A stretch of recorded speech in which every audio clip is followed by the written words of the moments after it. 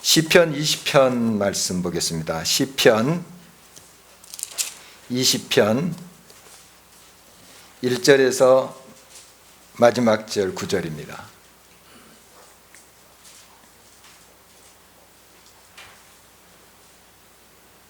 한 절씩 교독하도록 하겠습니다. 제가 먼저 봉독하겠습니다. 환난 날에 여호와께서 내게 응답하시고 야곱의 하나님의 이름이 너를 높이 드시며 내 모든 소재를 기억하시며 내 번제를 받아주시기를 원하노라. 내 마음의 소원대로 허락하시고 내 모든 계획을 이루어 주시기를 원하노라. 우리가 너의 승리로 말미암아 기회가를 부르며 우리 하나님의 이름으로 우리의 깃발을 세우리니 여호와께서 내 모든 기도를 이루어 주시기를 원하노라. 여호와께서 자기에게 기름 부음 받은 자를 구원하시는 줄 이제 내가 아노니 그의 오른손에 구원하는 힘으로 그의 거룩한 하늘에서 그에게 응답하시리로다. 어떤 사람은 병거, 어떤 사람은 말을 의지하나 우리는 여호와 우리 하나님의 이름을 자랑하리로다. 그들은 비틀거리며 엎드러지고 우리는 일어나 바로 서도다. 함께요. 여호와여 왕을 구하소서. 우리가 부를 때에 우리에게 응답하소서. 아멘.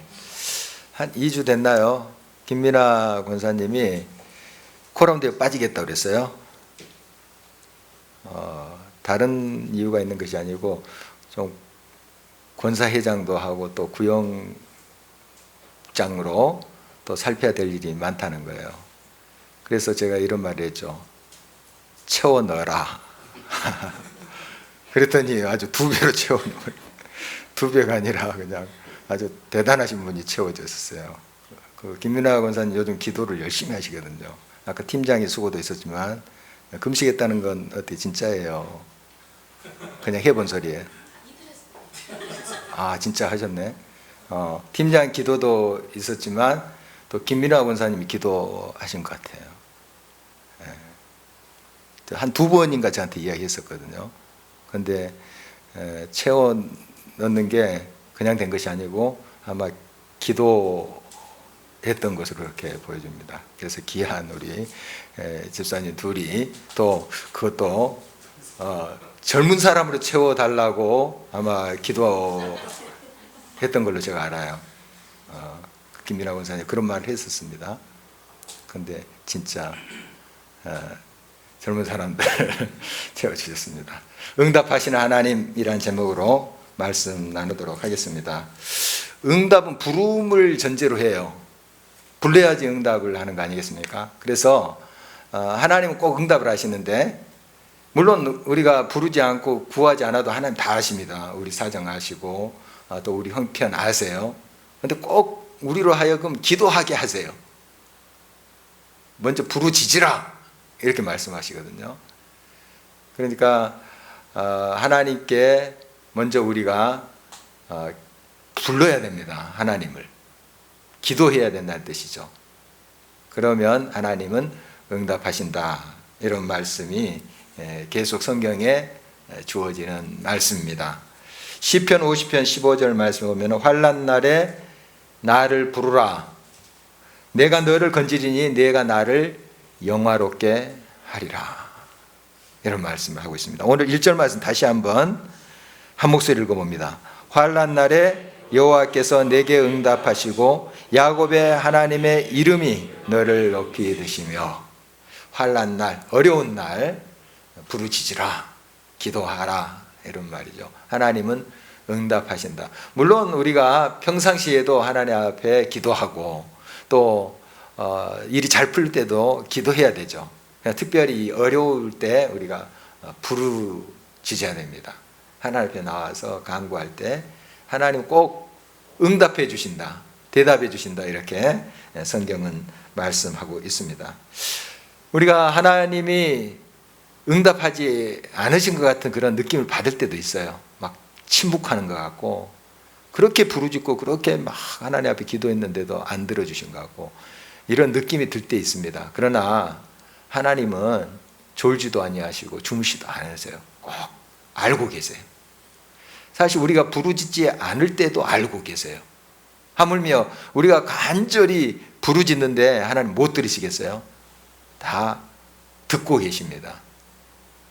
그리고 또 하나님이 우리에게 가장 적절한 때에 적절한 그런 상황 가운데 응답해 주신다 하는 것을 우리는 기억할 수 있어야 됩니다. 야고보서 4장 2절 하반절에서 3절에 보면 너희가 얻지 못함은 구하지 아니하기 때문이요 구하여도 받지 못함은 정욕으로 쓰려고 잘못 구하기 때문이라 이런 말씀하고 있습니다. 기도하라는 거예요. 너희가 얻지 못하면 구하지 아니했기 때문에 기도하지 아니했기 때문이다. 그리고 기도해도 듣지 않으신 것처럼 이렇게 느껴질 때는 우리가 하나님의 뜻대로 기도했는가 이걸 점검하라는 거죠. 하나님의 뜻대로 구하면 들으심이라 이렇게 말씀하고 있습니다. 그래서 우리는 어떠한 상황 가운데 특별히 환난의 상황 가운데 그냥 다른 거 물을 필요 없어요. 기도의 자리로 오는 거예요. 기도의 자리로. 그게 딱 돼 있어야 됩니다. 습관이 돼 있어요. 다른 데 가서 막 길을 찾거나 다른 데 의논을 하러 가는 것보다도 하나님 앞에 와서 그냥 기도하는 거예요. 그리고 물론 이제 여러 방법을 찾는 것도 또 필요하겠지만 항상 어려움이 닥칠 때 여러분은 당장 하나님을 찾으셔야 돼요. 하나님 앞에 나오셔서 부르짖을 때 하나님 반드시 응답하신다 하는 것입니다. 그런데 오늘 말씀해 보니까 2절에 성소에서 너를 도와주시고 시온에서 너를 붙드신다 하는 표현이 있어요. 이 기도의 자리는 그 어디든지 될 수 있어요. 걸어가면서도 될 수 있고 또 들판도 될 수 있고 또 집에서도 기도할 수 있어요. 그런데 이 성경 보면 성소에서 기도했다 하는 기록들이 많이 나옵니다. 성소에. 왜 성소에서 그 기도를 들으시며 하는 그 표현들이 있을까요? 구체적으로 이 성소는 기도가 모여지는 곳이에요. 한나라는 여인의 기도를 여러분이 아실 거예요. 실로 성소에 가서 막 목이 쉬도록 기도합니다. 기도 제목이 뭐였을까요? 아들 주세요 하는 거죠. 아들이 없었어요. 결혼해도 아들이 없었고 참 그게 힘들었나 봐요. 그래서 막 부르짖고 기도하다가 이제 목소리가 안 나오니까 입을 오물오물 하고 있었어요. 그때 이제 제사장이 엘리라는 사람인데 엘리를 딱 보니까 꼭 그 한나라는 여인이 좀 술 먹고 이렇게 뭐 주정하는 것처럼 이렇게 보였나 봐요. 그래서 툭툭 치면서 무슨 술을 그렇게 먹고 하면서 이렇게 이야기를 한 거예요. 요즘 이제 목사님이죠. 목사님이 이제 우리 원정은 집사님 와서 막 기도하다가 목이 쉬어가지고 이제 오물오물 기도하는데 툭 치면서 원집사 술 먹고 그래. 얼마나 상처가 그러진 않았어요. 그러진 않았는데 한번 비유컨대 한번 그랬다면 원집사님 마음이 얼마나 상처가 되겠어요. 그 정도로 간절했다는 거죠. 성소에서 그러나 이제 한나는 너무 간절해서 그렇게 기도한 거죠. 결국 하나님의 응답을 받은 그 역사를 우리가 알고 있습니다. 그러니까 이 성소에 와서 기도했다 하는 의미가 큽니다. 히스기야라는 유대 왕이 있었어요. 그런데 아수르라는 큰 군대가 와서 막 그 위협을 합니다. 다른 성읍들은 다 삼키고 이제 예루살렘 수도 에워싸가지고 막 삼키려고 해요. 그때 히스기야가 뭘 합니까? 그렇죠. 성소에 올라가요. 그 위협하는 아수르 왕 사네립이 보낸 편지가 있었어요. 선전포고 문이겠죠. 항복해라. 항복 안 하면 이제 쳐들어간다. 너한테 짓밟은다. 뭐 이런 이제 위협이겠죠. 그걸 가지고 성소에 가서 하나님이 보십시오. 지금 우리 형편은 이 큰 군대를 이길 힘이 없습니다. 싸워봐야 뻔하잖아요. 엄청난 군대가 지금 막 포위망을 좁혀오는데 할 수 없습니다. 우리 힘으로 벗어날 수가 없습니다. 하나님 좀 어떻게 해주세요 하고 성소에 와서 기도하는 모습 우리가 볼 수 있습니다. 하나님이 역사하시죠. 그래서 그 다음날 일어나 봤더니 하나님의 사자가 단수로 나와요. 하나님의 사자가 밤새도록 칩니다. 적들을. 18만 5천 명이 시체로 변해 있어요. 그런 역사가 기록되어 있습니다. 하나님이 아주 기가 막히게 역사하는 모습 보게 됩니다. 단적인 그런 예인데요. 부르짖을 때, 성소에 와서 하나님 앞에 부르짖을 때 하나님이 들으신다 하는 겁니다. 우리가 어디서나 기도할 수 있지만 이 성소를 여러분 사랑하셔야 됩니다. 성소에 와서 간절히 구할 때 하나님이 그 가운데 임재하시고 또 역사하는 그런 경우가 얼마나 많은지 모릅니다. 지성소, 성소 이야기 좀 들으셨죠? 다른 데서 가서 제사장들이 또 기도할 수 있고 백성을 위해서 기도할 수 있고 하나님께 부탁할 수도 있어요. 그런데 지성소라는 곳에, 하나님의 법궤가 있는 곳에 가서 또 백성들의 모든 것들을 이렇게 아뢰고 하는 그런 모습을 우리가 봅니다. 성소라는 그 개념이 참 중요합니다. 그 어디나 하나님이 계시지만, 그 어디서나 우리가 기도할 수 있지만 성소에 와서 함께 기도하고 함께 예배하는 것이 얼마나 중요하다 하는 거 여러분도 점점 체험해 가실 거예요.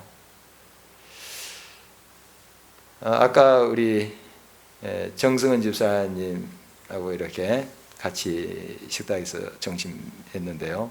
그 아들 정혁이가 그 대장 검사를 했는데 깨끗하대요.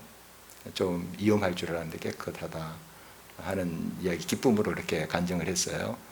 근데 그 자리에 우리 교회 이제 그 잠깐 오신 분이 계셨어요. 지금 태국에 계시는데 여기 올 때 우리 교회 예배 참석하나 봐요. 작년에 여기 왔을 때 그 기도를 성도들에게 부탁하면서 기도했던 게 기억난대요. 그래서 같이 기도하고, 자기들은 여기 교인이 아니지만 잠깐 방문했지만 그게 기억나더래요. 그러니까 온 성도가 기도했고 그분들도 기도한 거예요. 그분들도.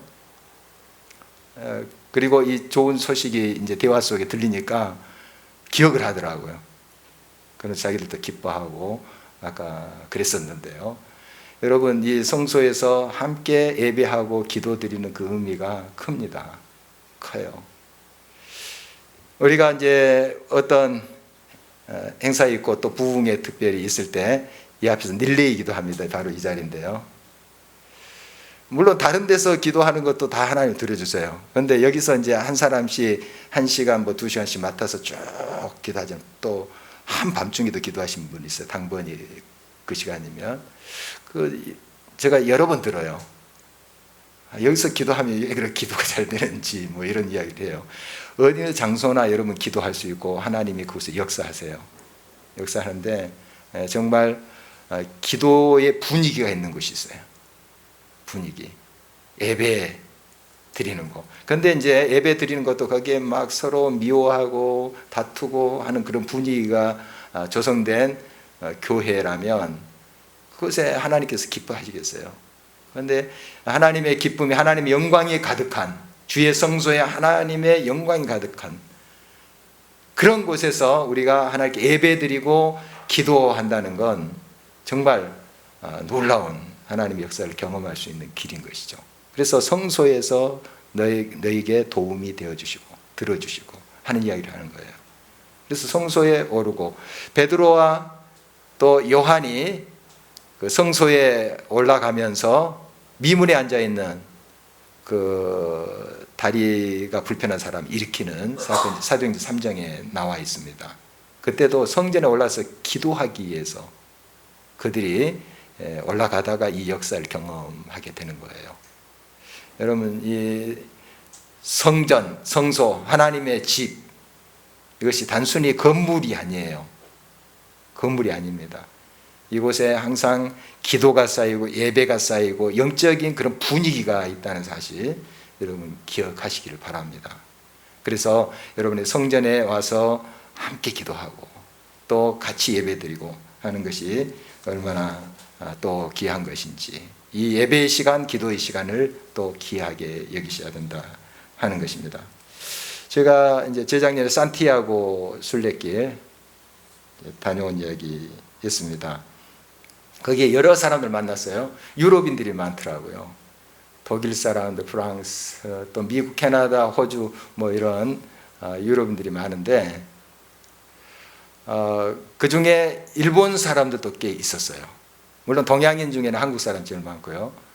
일본 사람들 꽤 오더라고요. 그래서 만나서 좀 이야기를 나눠봤더니 크리스찬들은 아니에요. 크리스찬들은 아니고 그냥 그 길에서 좀 자기를 돌아보고 묵상하기 위해서 왔대요. 그런데 어느 정도 이제 한 20일, 30일 이렇게 돼 가면서 이 사람도 좀 많이 느끼는 것 같아요. 나중에 이렇게 만나는 사람을 보면 뭔가 그 길에서 느낀대요. 자기는 크리스찬이 아닌데 거기에 이제 기독교 순례자들이 걷는 길이거든요. 그런데 뭔가 이 어떤 그 위안 또 그 하나님에 대한 관심 이런 게 생긴다는 거예요. 그 걸으면서 이게 이제 그 다른 길도 있겠지만 이 세상에 또 여러 걷는 길이 있겠지만 거기에 순례자들이 걷고 기도로 쌓여지고 하는 그 분위기가 있어요. 뭐 이 길을 보면은 여기 황금산에 둘레길하고 좀 비슷하게 생겨서 제가 가끔 황금산에 아침에 걷는데 그 산티아고 순례길 기억나요? 좀 분위기가 비슷한 그런 것도 있어요. 그런데 산티아고에 그렇게 순례자들이 기도하면서 묵상하면서 찬송하면서 이렇게 걷거든요. 그런 게 크리스찬이 아닌 사람들도 느껴지나 봐요. 그런 분위기가. 일반 자기 나라에도 무슨 올레길 뭐 둘레길 이런 게 있을 텐데 일부러 그곳에 와서 그 길을 걸으면서 그런 걸 느끼나 봐요. 분명히 그것이 존재합니다.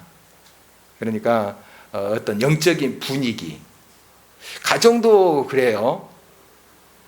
아주 훌륭한 인테리어인데 또 좋은 집인데 집안이 그냥 냉랭한, 그 집안에 들어가면 좀 냉랭한 그런 느낌이 들 수 있어요. 서로 가족끼리 조금 이제 화목하지 못하고 이런 게 좀 느껴지는 경우 있거든요. 그런데 정말 가족이 화목하고 서로 사랑하고 하면 그 가정에 들어가면 좀 느낌이 와요. 여러분도 느낄 거예요. 강아지들도 느끼더라고요. 강아지. 사람만이 아니고 강아지들도 자기 싫어한 거 다 알아요. 자기 좋아하면 막 안겨요. 안기고 느낌이 있는 거 우리가 알고 있죠. 어떤 분위기, 그런 느낌, 이런 것들이 분명히 존재합니다. 그러니까 성소에서 기도한다는 그만큼 중요하다. 성소에서 너를 도와주시고, 그래서 예배의 사람, 기도의 사람, 성소에서 하나님을 부르짖고 만나는 사람에게 하나님이 또 가까이 하신다는 것이 또 성경의 증언입니다. 제가 청년 때에 지리산 자락에서 그 사역했던 이야기 몇 번 드린 적이 있습니다. 지리산 그 초입인데요. 그 면 전체 교회가 하나도 없었어요. 거기에 면 소재지에 가구가 한 60가구. 60가구였는데 무당이 6명. 무당이 6명이었어요. 그러니까 그 분위기 아시겠죠? 제가 이제 신학교 다니면서 주말마다 내려가고 방학 때는 거기 있었는데 아침에 일어나면 몸이 천근만근이에요. 이상하게 짓눌려요. 그러니까 막 이게 기도인지 몸부림인지 아침마다 그랬어요. 아침마다. 그런 어떤 영적인 분위기가 그 동네에 있었어요. 거기에 지금 이제 교회가 세워졌고 우리 교회에서 이제 해마다 갔는데 이번부터 이제 경년으로 가서 지금 사역을 하고 있는 그곳이에요. 산청군 그겁니다. 거기에 그 6명 무당 중에 한 명이 예수 믿었어요. 제가 이제 떠나고 이제 다른 분이 목회할 때 예수 믿고 집사님 되고 기도도 굉장히 유창하게 잘하셨다고 그래요. 네. 그리고 이제 하늘나라에 가셨는데 어쨌든 완전히 분위기가 달라졌어요. 지금 가면 뭐 그런 거 없어요. 제가 청년 때 느꼈던 그런 분위기 없어요. 교회가 딱 중심에 서가지고 이제 지역 아동 센터도 운영하고, 그 초등학교 학생들이 27명 정도 되는데 전원이 그 지역 아동 센터입니다. 제가 있을 때는 한 200여 명 됐던 학교예요, 초등학교. 그런데 다 이제 도시로 가고 또 출산율이 낮아지고 있잖아요. 지금 27명이 남아 있어요. 그것도 이제 조선부모, 할아버지 할머니가 데리고 있는 그런 애들이 있고, 또 다문화 가정 애들이 반 정도예요. 그런데 그 애들이 지역 아동센터를 교회에서 하니까 여기 와서 저녁 먹고 집에 데려다 주고, 다 그렇게 목사님이 하시더라고요. 사모님하고 하는데 얘들이 다 또 주일에 교회 와요. 이런 분위기가 되니 그 동네가, 여러분 상상해 보십시오. 얼마나 밝아지겠어요. 우리 청년들이 또 가서 벽화도 그려놓고 해서 참 굉장히 아름다운 동네가 됐죠. 분위기가 있습니다, 여러분. 거기에 여러분의 가정도 그렇고 공동체도 그래요. 기도하는 공동체, 기도하는 교회, 서로 사랑과 화목하고 서로를 용납하는 공동체는 반드시 그것에 분위기가 있습니다. 마음이 훈훈해요. 들어오면 마음이 아주 좋습니다. 그러나 막 서로 갈등하고 서로 싸움하고 하는 그런 교회에 들어온다면 느끼실 거예요, 사람들이. 여러분, 하나님이 항상 역사하시고 함께 하시는 그런 가정, 또 그런 교회 공동체 되기를 간절히 바랍니다. 그런 곳에서 우리가 같이 예배드리고 또 기도할 수 있다는 것은 얼마나 큰 특권이고 또 복인지 우리가 알 수 있어야 되겠습니다. 그리고 하나님께서는 우리가 구하는 것을 반드시 응답하십니다. 반드시 응답하십니다. 4절, 5절 말씀 다시 주목해 봅니다. 함께 읽겠습니다. 내 마음의 소원대로 허락하시고 내 모든 계획을 이루어 주시기를 원하노라. 우리가 너의 승리로 말미암아 계가를 부르며 우리 하나님의 이름으로 우리의 깃발을 세우리니 여호와께서 내 모든 기도를 이루어 주시기를 원하노라. 물론 이 소원, 우리가 원하는 것, 이것이 하나님의 뜻이 아닐 수 있어요. 그렇죠? 우리가 정욕으로 구하면 안 듣는다 했으니까. 그래서 하나님의 뜻인지 항상 분별해야 돼요. 아까 1, 2부 시간에도 같이 나눴지만 하나님의 뜻을 어떻게 분별할까? 우리가 하나님 말씀을 잘 알면 그 뜻을 분별해 가요. 하나님의 뜻을 잘 깨닫고 할 때 그 하나님의 말씀이 잣대가 되어서 분별 가능해요. 그리고 이렇게 해보라는 것을 제가 1, 2부 시간 때 도전했는데, 한번 여러분이 원하고 바라는 걸 다 적어보는 거예요. 생각나는 대로 막 이거 원하고 이거 하고 싶고 하는 거 다 적어보세요. 그 다음에 기도하는 마음으로 내가 지금 여기 썼는데 이 내용을 하나님도 좋아하실까? 하나님도 이것을 기뻐하실까? 그런 확신이 들 때는 거기다가 동그라미 치는 거예요. 처음에는 그냥 생각난 대로 적으시고, 하나님이 이걸 기뻐하실까 하면 동그라미 치는 거예요. 그리고 그때 생각나를 썼지만 지금 이게 내 욕망과 내 욕심이 아닐까 하는 건 좀 확실하게 이거 하나님이 안 좋아하시다 하는 거 X표 치는 거예요. 아마 많지는 않을 거예요, X표는. 그러나 X표 치는 거고, 그 다음에 제일 이제 어려운 게 이게 하나님이 좋아하시는 걸까?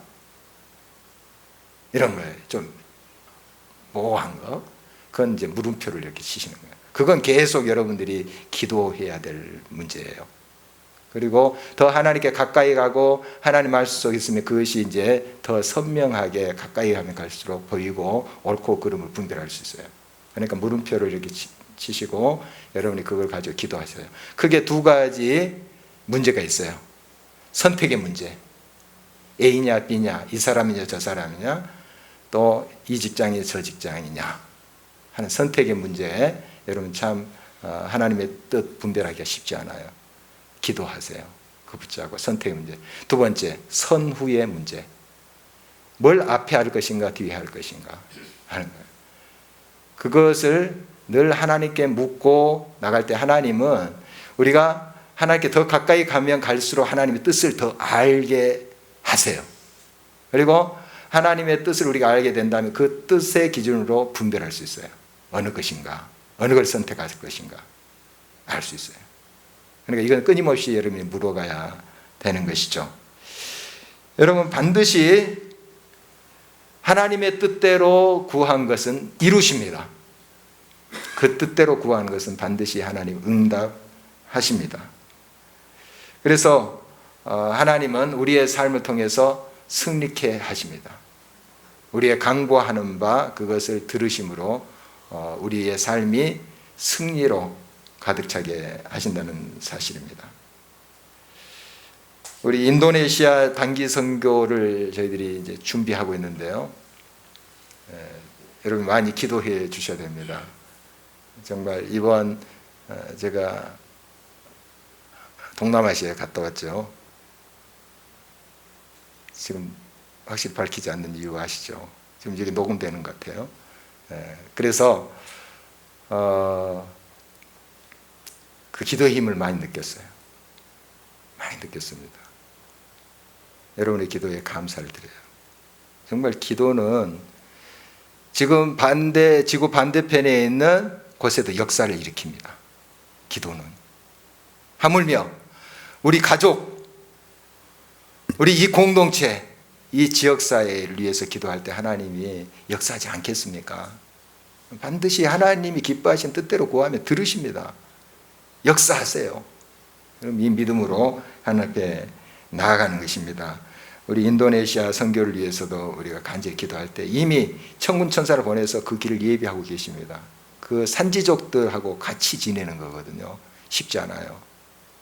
그냥 거기에 그 나무로 된 교회가 이렇게 있습니다.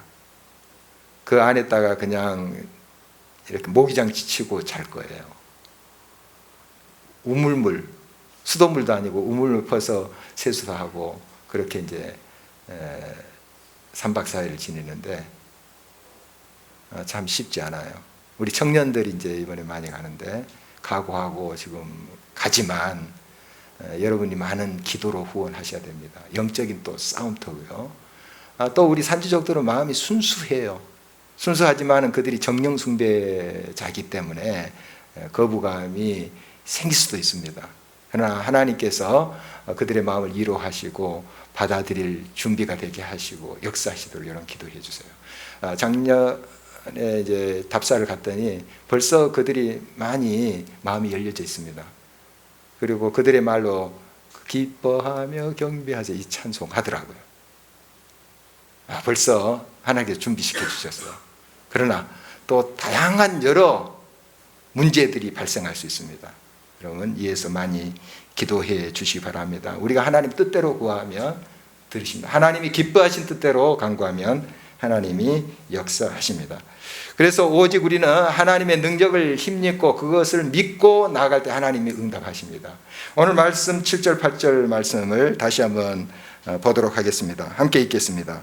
어떤 사람은 병거 어떤 사람은 말을 의지하나 우리는 여호와 우리 하나님의 이름을 자랑하리로다. 그들은 비틀거리며 엎드려지고 우리는 일어나 바로 서도다. 이 어떤 사람이라는 것은 적들을 말하는 거예요. 막 괴롭히는 우리 개인적으로는 질병, 물질의 문제, 여러 관계 문제, 여러 문제들이 될 수도 있겠죠. 어떤 사람들은 병거 말을 의지하나 이것은 그 당시에 그 군사력입니다. 병거, 요즘 말하면 탱크 같은 거, 또 대포 같은 거, 심지어 이제 핵무기 이런 것으로 비유할 수 있습니다. 이런 것을 의지하고 우리는 이게 있으니까 강하다. 우리 넘겨보지 못한다. 그렇지만 결국 그런 세상의 것을 의지한 자는 엎드려지나 여호와의 이름을 의지하는 자는 바로 서다다. 이게 바로 골리앗 앞에 선 다윗의 고백이고 아까 아수르 군대 앞에 선 히스기야의 고백이에요. 물론 자기 힘으로 한 것은 아니죠. 하나님이 주신 힘, 하나님의 이름으로 나가서 싸워서 승리하죠. 결국 하나님이 그렇게 이루신다는 거죠. 여러분, 우리는 힘이 없고 부족하다 할지라도 우리의 문제가 굉장히 심각하다 할지라도 믿음을 가지고 하나님께 나갈 때 하나님은 반드시 하나님의 뜻대로 구하는 모든 것을 응답하시고 이루시고 역사하신다 하는 사실 기억해야 될 것입니다. 이런 믿음을 승리하는 저와 여러분 되시기를 주의 이름으로 축원합니다. 이 시간